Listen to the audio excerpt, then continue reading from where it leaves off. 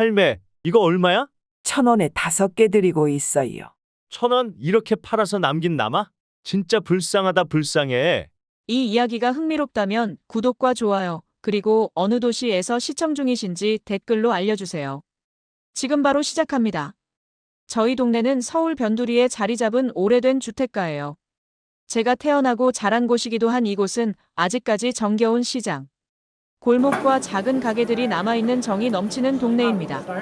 대형마트나 프랜차이즈 카페가 들어서면서 조금씩 변하고 있지만 여전히 사람 냄새 나는 곳이죠. 그 중에서도 저희 집 앞 골목길에서 20년 넘게 자리를 지키고 계신 최할머니의 붕어빵집은 동네의 상징과도 같은 존재였어요. 74세 나이에도 매일 아침 6시부터 자리를 잡고 붕어빵 반죽을 준비하시는 할머니의 부지런함은 동네 사람들에게 감동이었습니다. 민지야, 학교 가는 길에 이거 하나 먹고 가렴. 오늘은 파탄금을 좀 더 넣었단다.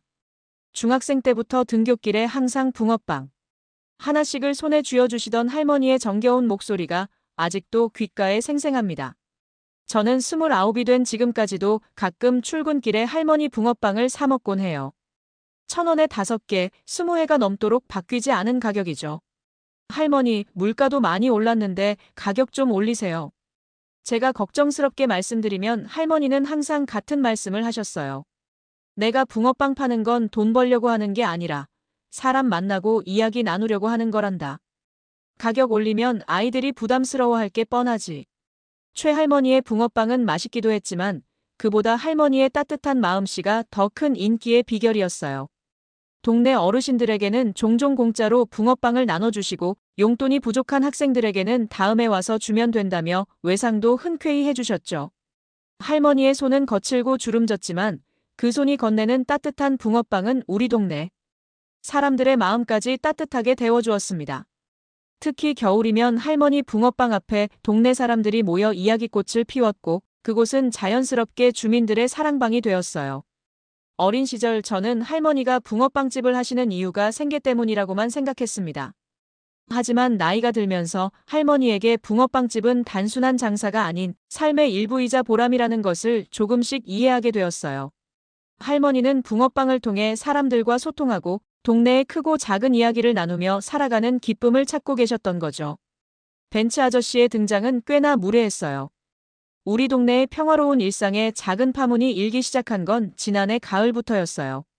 낡은 다세대 주택을 허물고 새로 지은 고급 빌라에 이사온 한 중년 남성 때문이었죠. 사람들은 그를 벤츠 아저씨라고 불렀는데 항상 검은색 벤츠를 타고 다니며 그것을 자랑스러워하는 모습 때문이었어요. 벤츠 아저씨의 본명은 강현우였고 40대 중반쯤으로 보였습니다. 부동산 중개업을 한다고 소문이 났는데 항상 비싼 양복을 차려입고 커다란 금시계를 차고 다니는 모습이 동네와는 조금 이질적이었어요. 하지만 처음에는 그저 새로운 이웃이 생겼다는 정도로만 생각했죠. 문제는 그가 다른 주민들, 특히 최할머니를 대하는 태도였어요. 제가 처음 그 모습을 목격한 건 어느 추운 아침이었습니다. 출근길에 붕어빵을 사러 갔다가 벤츠 아저씨가 할머니께 붕어빵을 사는 모습을 보게 되었어요. 여기 이거 얼마야? 반말에 가까운 말투로 물어보는 그에게 할머니는 정중하게 대답하셨어요. 1,000원에 5개입니다. 1,000원? 이렇게 싸게 팔아서 장사가 되겠어? 재료비는 나와? 할머니는 그저 미소 지으며 붕어빵을 포장해드리려 했지만 벤츠 아저씨는 1,000원짜리 지폐를 할머니 앞에 툭 던지듯 내밀었어요. 그리고는 붕어빵을 한 입 베어 물고는 인상을 찌푸렸죠. 싸구려 재료 쓰니까 맛도 없네. 이런 걸 먹고 병 걸리면 어쩌려고. 그 말을 들은 저는 화가 치밀어 올랐지만 할머니는 여전히 미소를 잃지 않으셨어요. 오히려 다음에는 더 맛있게 만들어 드릴게요라고 말씀하셨죠. 그 일이 있은 후로 벤츠 아저씨는 종종 할머니의 붕어빵집에 들러 비슷한 행동을 반복했어요. 때로는 이런 걸 먹고 자란 동네 애들은 앞으로도 발전 못할 거야 라는 식의 모욕적인 말도 서슴지 않았고 심지어 거스름 돈을 받지 않고 알아서 써라며 가버리는 건 마치 구걸하는 할머니에게 시혜를 베푸는 듯한 태도였습니다. 동네 사람들 사이에서는 벤츠 아저씨에 대한 안 좋은 소문이 퍼지기 시작했어요. 이사 오기 전에는 훨씬 더 부유한 동네에 살았다가 사업 실패로 재산이 줄어들어 이곳으로 온 것이라는 이야기부터 허세만 가득하고 실제로는 그렇게 성공한 사람이 아니라는 말까지 다양했죠. 하지만 저는 그가 어떤 사람이든 나이 드신 할머니를 그렇게 대하는 것은 용납할 수 없었습니다. 매일같이 이어지는 그의 무례한 행동에 동네 분위기는 점점 불편해져 갔어요. 동네 주민들의 반응과 할머니의 인내는 대단했어요. 벤츠 아저씨의 행동은 점점 동네의 화제가 되어갔습니다. 떡집 사장님은 요즘 젊은 사람들은 예의가 없어라고 한탄하셨고, 문방구 아주머니는 돈이 있다고 사람을 무시하면 안 되지라며 고개를 저었죠. 특히 할머니의 붕어빵을 자주 사 먹던 단골 손님들은 벤츠 아저씨를 마주치면 못마땅한 표정을 숨기지 않았어요. 어느 날 동네 사람들이 모인 자리에서 한 주민이 그 아저씨가 지나가면 인사도 안 받아줘야겠어라고 말하자 여러 사람들이 동조했어요. 하지만 그 자리에 계셨던 최 할머니는 조용히 말씀하셨습니다. 그래도 우리 동네로 이사 온 새 이웃인데 그렇게까지 할 필요는 없지. 사람이 변하는 데는 시간이 필요한 법이야. 할머니의 너그러운 태도에 저는 궁금증이 생겼어요. 어느 날 아침 붕어빵을 사러 갔을 때 용기를 내어 물어봤습니다. 할머니, 벤츠 타는 그 아저씨가 할머니한테 그렇게 무례하게 굴어도 왜 참고 계세요? 저라면 정말 참기 힘들 것 같은데. 할머니는 붕어빵 틀에 반죽을 부으시며 잠시 생각에 잠기셨다가 말씀하셨어요. 민지야, 사람은 누구나 배울 시간이 필요한 거야. 그 사람도 분명 자기 나름의 사정이 있을 게고. 내가 화를 내고 맞서봤자 서로 기분만 상할 뿐이지. 그보다는 그 사람이 스스로 깨닫고 변할 수 있는 기회를 주는 게 더 중요하지 않을까?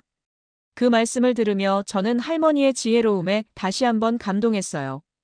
대부분의 사람들이라면 벌써 화를 내거나 맞대응했을 텐데 할머니는 그저 온화한 미소로 상대방이 변할 수 있다는 믿음을 잃지 않고 계셨거든요. 하지만 모든 주민들이 할머니처럼 인내심이 있는 것은 아니었어요. 슈퍼마켓 주인 김 아저씨는 벤츠 아저씨가 물건값을 지불하면서 지폐를 던지듯 내밀었을 때 손님, 여기선 돈을 이렇게 내는 게 아니에요라며 단호하게 말했다고 해요. 그 일이 있고 나서 벤츠 아저씨는 한동안 그 슈퍼의 발길을 끊었다고 합니다. 동네 카페에서 일하는 제 친구는 벤츠 아저씨가 이런 동네 카페에서 제대로 된 커피를 만들 수 있겠어? 라고 비아냥거렸을 때 일부러 커피를 쓰게 내려 저희 카페 스타일입니다 라고 말했다는 일화도 있었죠. 그렇게 동네 곳곳에서 벤츠 아저씨에 대한 이야기가 오갔어요. 누군가는 그를 직접적으로 비난했고 또 누군가는 그를 피하기 시작했습니다. 동네 아이들은 그의 벤츠가 지나가면 저기 무서운 아저씨 온다며 숨기도 했고요.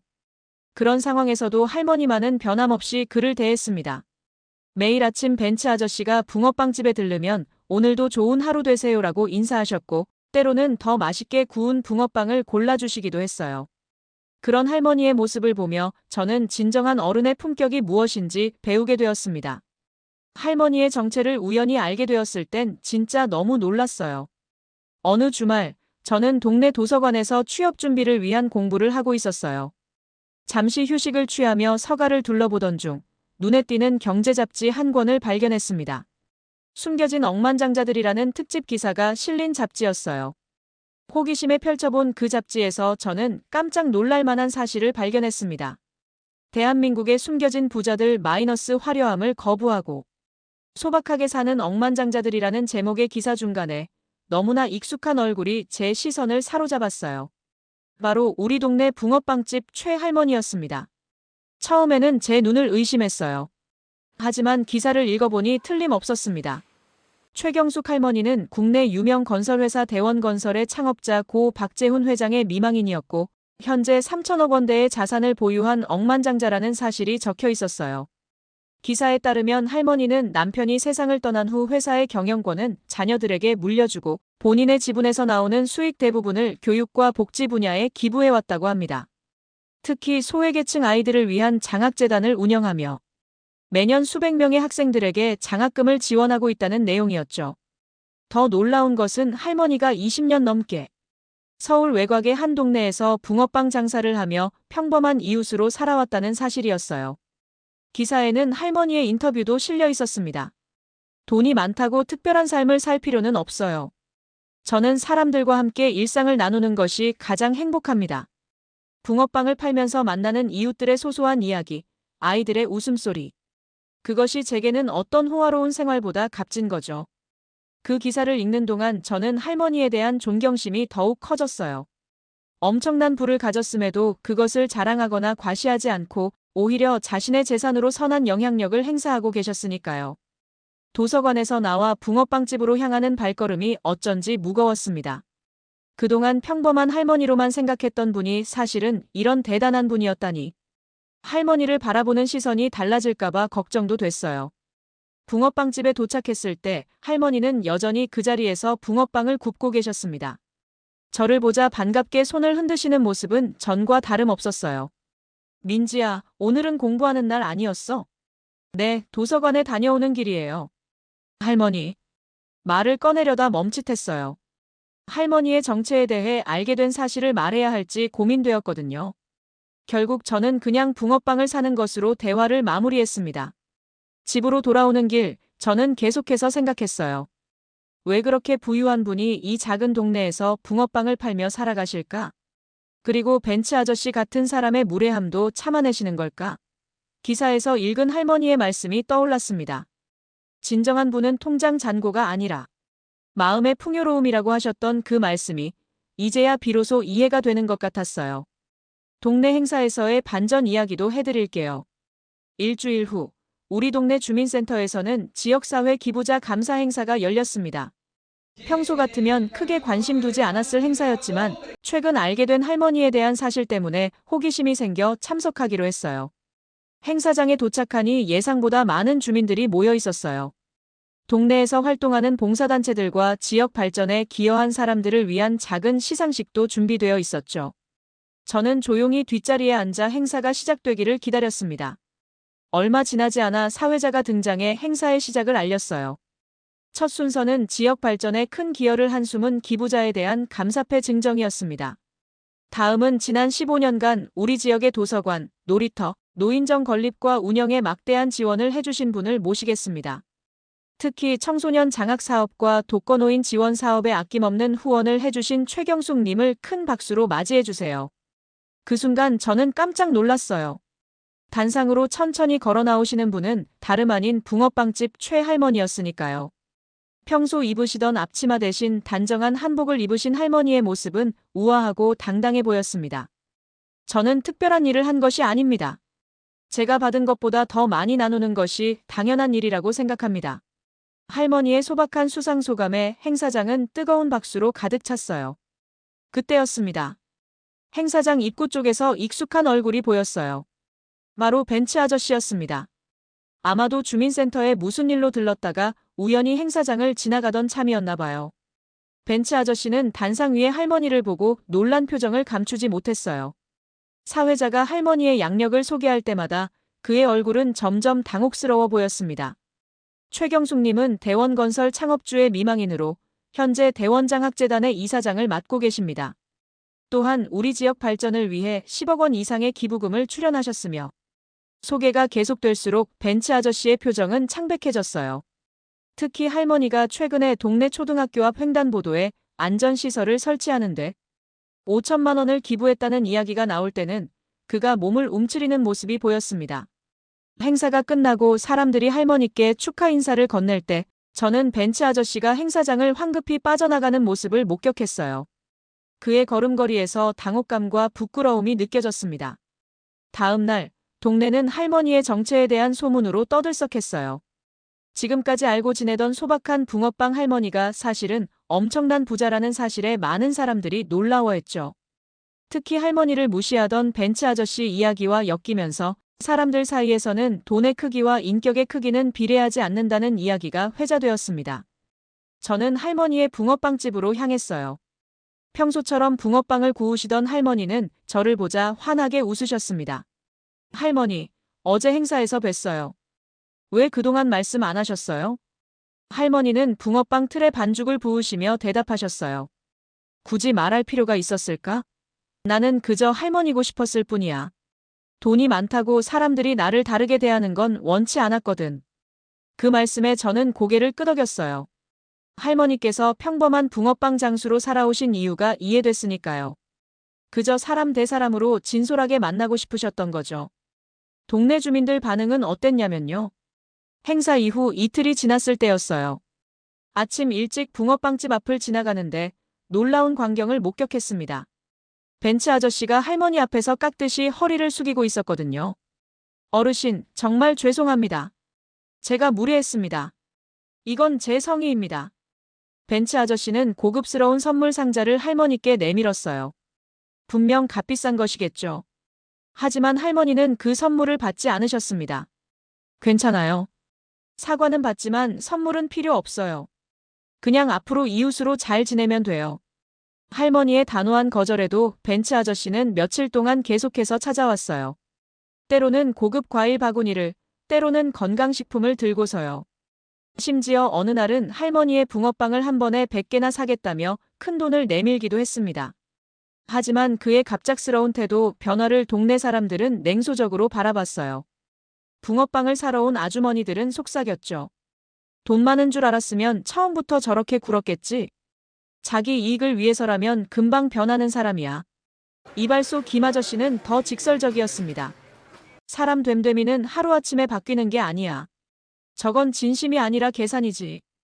벤츠 아저씨가 동네 행사에 후원금을 내겠다고 나섰을 때도 주민들은 할머니에게 잘 보이려는 꼼수라며 뒤에서 손가락질했어요. 한때 그가 무시하던 사람들에게 이제는 그가 무시당하는 상황이 된 거죠. 저도 처음에는 그의 변화가 진정성 있는 것인지 의심스러웠어요. 하지만 어느 날 동네 카페에서 혼자 커피를 마시며 우울해 보이는 벤츠 아저씨의 모습을 보게 되었습니다. 그는 창밖을 멍하니 바라보며 한숨을 쉬고 있었어요. 호기심에 그를 잠시 관찰해보니 벤츠 아저씨는 자신의 고급 시계를 만지작거리다가 문득 뭔가 결심한 듯 시계를 풀어 주머니에 넣었어요. 그리고 평소와 달리 검소한 옷차림으로 갈아입기 시작했죠. 마치 자신의 겉모습부터 바꾸려는 듯한 그 모습에서 저는 처음으로 그에게서 진정성을 느꼈어요. 하지만 동네 사람들의 차가운 시선은 쉽게 누그러들지 않았습니다. 벤츠 아저씨가 동네 슈퍼에서 물건을 사려고 할 때면 주인 아저씨는 무뚝뚝하게 대했고 공원에서 인사를 건네도 대부분의 사람들은 모른 채 했어요. 아이러니하게도 그가 가장 무례하게 대했던 최할머니만이 그를 변함없이 대해주셨습니다. 여전히 친절하게 붕어빵을 건네주시고 오늘도 좋은 하루 되세요라고 인사하셨죠. 그런 할머니의 모습을 보며 벤츠 아저씨의 표정에서는 점점 부끄러움과 후회의 기색이 짙어져 갔어요. 할머니의 대응은 지혜로웠어요. 한 달 정도가 지났을 때의 일이었어요. 출근길에 붕어빵집을 지나가다 할머니와 벤츠 아저씨의 대화를 우연히 듣게 되었습니다.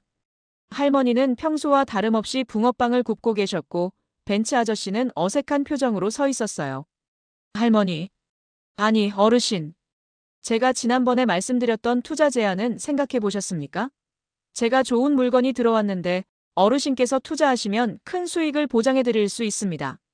벤츠 아저씨의 말에 할머니는 붕어빵을 뒤집으시며 고개를 저으셨어요. 강씨, 나는 지금도 충분히 행복해요. 더 많은 돈이 필요하지 않아요. 그리고 당신도 알다시피 나는 내 돈을 그런 식으로 불리는데 관심이 없어요. 하지만 어르신, 제가 모시고 있는 VIP들은 어르신 같은 분을 정말 존경합니다. 함께 식사라도 한번 하시면. 할머니는 벤츠 아저씨의 말을 부드럽게 끊으셨어요. 강씨, 사람의 가치는 지갑이 아닌 마음씨로 판단해야 해요. 당신이 나를 대하는 태도가 달라진 건 내가 돈이 많다는 사실을 알게 되었기 때문이잖아요. 하지만 나는 여전히 그 붕어빵을 굽던 그 할머니예요. 달라진 것은 아무것도 없어요. 벤츠 아저씨는 할 말을 잃은 듯 고개를 숙였습니다. 할머니는 계속해서 말씀하셨어요. 진정한 이웃은 서로의 형편과 상관없이 있는 그대로를 인정하고 존중하는 거예요. 당신이 나를 특별하게 대할 필요가 없어요. 그저 다른 이웃들에게 하듯 정직하게 대해주면 돼요. 그 말씀에 벤츠 아저씨의 표정이 복잡해 보였어요. 아마도 자신의 행동을 되돌아보고 있었겠죠. 잠시 침묵이 흐른 후 그는 조용히 말했습니다. 제가 정말 부끄럽습니다. 어르신뿐만 아니라 동네 모든 분들께 제가 잘못 대했어요. 이제 와서 말씀드려도 늦었겠지만 제가 처음 이 동네로 이사 왔을 때는 사업 실패로 자존심이 많이 상해 있었습니다. 겉으로는 강한 척했지만 사실은 모든 것을 잃을까 두려웠어요. 할머니는 따뜻한 미소로 그의 이야기를 들어주셨어요. 그리고 방금 구운 붕어빵 하나를 그에게 건네시며 말씀하셨습니다. 우리 모두 완벽하지 않아요. 중요한 건 자신의 잘못을 인정하고 변화하려는 마음이에요. 지금처럼 솔직하게 자신을 돌아볼 수 있다면 언젠가는 동네 사람들도 당신을 진정한 이웃으로 받아들일 거예요. 그날 이후로 벤츠 아저씨는 할머니에게 투자 제안이나 특별한 대우를 바라는 말을 하지 않게 되었어요. 대신 가끔 붕어빵집에 들러 조용히 이야기를 나누는 모습을 볼 수 있었죠. 할머니는 그를 다른 손님들과 똑같이 대하셨고 그것이 오히려 벤츠 아저씨에게는 위로가 되는 것 같았습니다. 할머니의 지혜로운 대응을 지켜보며 저는 진정한 품격이란 무엇인지 다시 한번 배우게 되었어요. 부와 명예가 아닌 상대방을 있는 그대로 존중하고 인정해주는 마음. 그것이야말로 할머니가 가진 진짜 부였던 거죠. 벤츠 아저씨의 깨달음도 있었죠. 초가을이 시작될 무렵 우리 동네에 작은 소동이 있었어요. 초등학교 앞 횡단보도가 위험하다는 민원이 계속 제기되었지만 구청에서는 예산 문제로 안전시설 설치를 미루고 있었거든요. 최 할머니께서 이 문제를 해결하기 위해 앞장서셨습니다. 아이들의 안전만큼 중요한 것은 없어요. 제가 필요한 비용을 부담할 테니 빨리 안전시설을 설치해 주세요.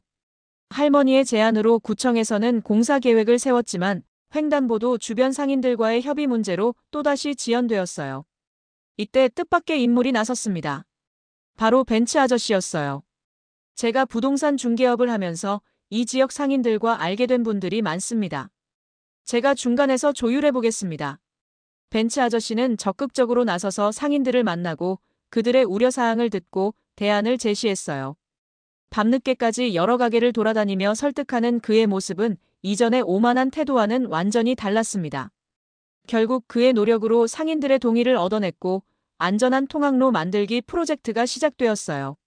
놀라운 것은 벤츠 아저씨가 단순히 말로만 돕는 것이 아니라 직접 작업복을 입고 공사 현장에 나타났다는 점이었어요. 제가 대학에서 건축공학을 전공했거든요. 미약하지만 제 전문 지식이 도움이 될 수 있을 것 같아서요. 그는 매일 아침 일찍부터 현장에 나와 일했어요. 비가 오는 날에도 우비를 입고 나와 작업을 감독했고 때로는 직접 삽을 들고 일하기도 했죠. 땀에 젖은 그의 모습을 보며 주민들의 시선도 조금씩 달라지기 시작했어요. 벤츠 아저씨가 요새 많이 달라졌더라. 그 사람이 실제로 도움이 많이 된대. 전문 지식이 있어서 공사가 훨씬 수월하게 진행된대. 특히 아이들이 지나가는 모습을 볼 때마다 진심으로 기뻐하는 그의 표정은 과시하기 위한 연기가 아닌 진정한 보람에서 오는 것임을 누구나 느낄 수 있었어요. 어느 날 저는 공사 현장 근처 카페에서 우연히 벤츠 아저씨와 마주쳤습니다. 그는 예전처럼 비싼 옷이나 액세서리를 하지 않은 채 소박한 차림으로 앉아 있었어요. 아저씨, 요즘 정말 열심히 하시네요. 아, 민지 씨. 앉아요. 사실 내가 이 동네에 이사 왔을 때는 큰 사업 실패로 거의 모든 것을 잃은 상태였어요. 겉으로는 부유한 척했지만 사실 그 벤츠도 리스였고 내면은 불안과 상처로 가득 찼었죠. 그는 잠시 커피를 마시며 생각에 잠겼다가 계속 말했어요. 할머니를 통해 돈으로 살 수 없는 가치가 있다는 걸 배웠어요. 이렇게 아이들의 안전을 위해 일하는 게 내 인생에서 가장 의미 있는 시간 중 하나예요. 이제야 내가 진짜 부자가 된 것 같아요. 그날 이후 벤츠 아저씨는 동네의 여러 봉사활동에 참여하기 시작했어요. 어르신들의 집수리를 돕거나 동네 축제준비위원으로 활동하거나 주말에는 아이들에게 무료로 수학을 가르치기도 했죠. 점차 사람들도 그를 벤츠 아저씨가 아닌 강현우 씨라고 부르기 시작했어요. 할머니의 건강에 적신호가 오기도 했어요. 겨울이 깊어갈 무렵 할머니가 갑자기 건강이 나빠지셨어요. 평생 모아온 관절염이 심해져서 더 이상 오랜 시간 서서 붕어빵을 굽기 어려워지신 거죠. 어느 날 아침 붕어빵집 앞에 건강상의 이유로 당분간 쉰밀이다라는 종이가 붙어있는 것을 보고 동네 사람들은 걱정하기 시작했어요. 할머니 많이 편찮으신가 봐. 그동안 얼마나 고생하셨을까. 저도 할머니 댁을 찾아가 문병을 드렸어요. 할머니는 여전히 미소를 잃지 않으셨지만 손이 많이 부어있고 움직임이 불편해 보이셨습니다. 괜찮아, 민지야. 나이 들면 이런 게 찾아오는 거야. 다만 붕어빵집을 못 열어서 동네 아이들에게 미안하구나. 그 소식이 동네에 퍼지자 뜻밖의 일이 벌어졌어요. 강현우 씨 이전에 벤츠 아저씨가 주민들을 모아 대책회의를 열었거든요. 할머니의 붕어빵집은 우리 동네의 상징 같은 존재였기에 많은 사람들이 참여했습니다. 할머니께서 건강을 회복하실 때까지 우리가 번갈아가며 붕어빵집을 지켜보는 게 어떨까요? 물론 할머니만큼 맛있게 만들 수는 없겠지만 동네의 정을 이어가는 의미로요. 강현우 씨의 제안에 많은 사람들이 동의했어요. 각자 시간이 되는 날에 붕어빵집을 지키기로 했고 강현우 씨는 자신이 가장 많은 시간을 담당하겠다고 나섰습니다. 처음에는 서툴렀지만 주민들의 협력으로 붕어빵집은 다시 문을 열 수 있었어요. 재미있는 일도 있었죠. 한 번은 강현우 씨가 붕어빵 반죽을 너무 묽게 만들어서 형체가 없는 붕어빵이 나왔을 때 동네 아이들이 우리 동네 특별한 추상파 붕어빵이라며 재미있게 받아들인 일도 있었어요. 또 각자의 개성대로 붕어빵을 만들다 보니 오늘은 누구 붕어빵 차례라는 말이 생겨나기도 했죠. 할머니를 위한 주민들의 정성은 여기서 그치지 않았어요. 할머니가 평소 동네 아이들에게 베풀었던 사랑을 기억하며 아이들은 손글씨 카드를 만들어 할머니께 전달했고 어르신들은 번갈아가며 할머니 댁에 반찬을 가져다 드렸습니다. 특히 강현우 씨는 매일 아침 할머니를 병원에 모시고 다니며 정성껏 돌봐드렸어요. 처음에는 할머니의 재산 때문에 그런다는 오해를 받기도 했지만 시간이 지나면서 그의 진심이 주민들에게 전해졌어요. 서로 돕고 나누는 모습을 보며 저는 우리 동네가 예전보다 더 따뜻해졌다는 느낌을 받았습니다. 할머니의 부재가 오히려 주민들의 유대감을 강화시켰고 각자의 이기심보다 공동체의 가치를 더 소중히 여기게 된 계기가 되었어요. 봄이 찾아왔을 때 기적처럼 할머니의 건강이 많이 호전되었어요. 의사 선생님도 놀랄 만큼 빠른 회복이었죠. 할머니는 웃으시며 말씀하셨어요. 동네 사람들의 정성이 약보다 더 효과가 좋았나 봐. 내가 이렇게 복받은 사람인 줄 몰랐어. 드디어 할머니가 다시 붕어빵집으로 돌아오는 날, 동네 사람들이 모두 나와 축하해 주었어요. 하지만 할머니는 완전히 혼자서 일하시는 것이 아니었습니다. 강현우 씨가 매일 아침 일찍 와서 가게 준비를 돕고 오후에는 동네 학생들이 번갈아가며 할머니를 도왔어요. 가장 놀라운 변화는 강현우 씨에게서 일어났습니다. 그는 더 이상 비싼 차나 명품으로 자신의 가치를 증명하려 하지 않았어요. 대신 진심 어린 미소와 배려로 주민들과 소통했고 이제는 동네에서 없어서는 안 될 중요한 일원이 되었습니다. 강 씨, 처음 왔을 때랑 많이 달라졌네요. 제가 어느 날 붕어빵집에서 이야기를 나누다 말했어요. 그는 잠시 생각에 잠기더니 대답했습니다. 사실 이 동네로 이사 왔을 때 저는 완전히 망가진 상태였어요. 사업 실패로 자존심도 상하고 그 분노를 약한 사람들에게 풀었죠. 할머니를 만나기 전까지는 사람의 가치를 돈으로만 판단했어요. 하지만 이제 알게 되었죠. 진정한 부자는 통장에 얼마나 많은 돈이 있느냐가 아니라 마음속에 얼마나 많은 사람들을 품고 있느냐는 거예요. 할머니는 그 어떤 억만장자보다 부유한 분이셨던 거죠. 그의 말에 저도 깊이 공감했어요. 돈이 아닌 마음으로 사람을 대하고 진정한 이웃으로 함께하는 살. 이것이야말로 할머니가 우리에게 가르쳐 주신 가장 소중한 교훈이었습니다. 오늘도 저는 출근길에 할머니의 붕어빵집을 지나갑니다. 여전히 1,000원에 5개, 변함없는 가격의 붕어빵을 팔고 계신 할머니와 그 옆에서 열심히 돕는 강현우 씨의 모습이 참 정겹습니다. 가끔은 강현우 씨의 붕어빵 전문점이 생겼으면 좋겠다는 생각도 해요. 그가 배운 할머니의 레시피와 자신만의 색깔을 담아 또 다른 동네의 명물을 만들어 갈 수 있을 테니까요. 우리 동네는 이제 과거 어느 때보다 따뜻해졌어요. 서로를 돕고 나누는 것이 일상이 되었고 누군가의 겉모습이나 재산이 아닌 진심을 보는 법을 배웠으니까요. 할머니가 일부러 자신의 재산을 숨기고 소박하게 살아오신 이유도 이제야 완전히 이해할 수 있을 것 같아요. 진정한 분은 나눌수록 커지는 법이라고 합니다. 붕어빵 한 개로 시작된 이 동네의 이야기가 앞으로도 더 많은 따뜻함과 정을 나누며 이어지길 바랍니다. 언젠가 저도 할머니처럼 누군가에게 작지만 의미 있는 나눔을 실천하는 사람이 되고 싶어요. 그리고 가끔 화려한 겉모습에 가려진 누군가의 진짜 마음을 볼 수 있는 지혜도 갖추고 싶습니다. 벤츠 아저씨의 변화가 보여주었듯 사람은 언제든 더 나은 모습으로 성장할 수 있으니까요. 이제 저는 매일 아침 붕어빵 한 개를 들고 하루를 시작합니다. 그 속에 담긴 할머니의 따뜻한 마음과 우리 동네의 소중한 추억을 생각하며요. 그리고 믿습니다. 세상의 진정한 행복은 결국 사람과 사람 사이의 따뜻한 정에서 비롯된다는 것을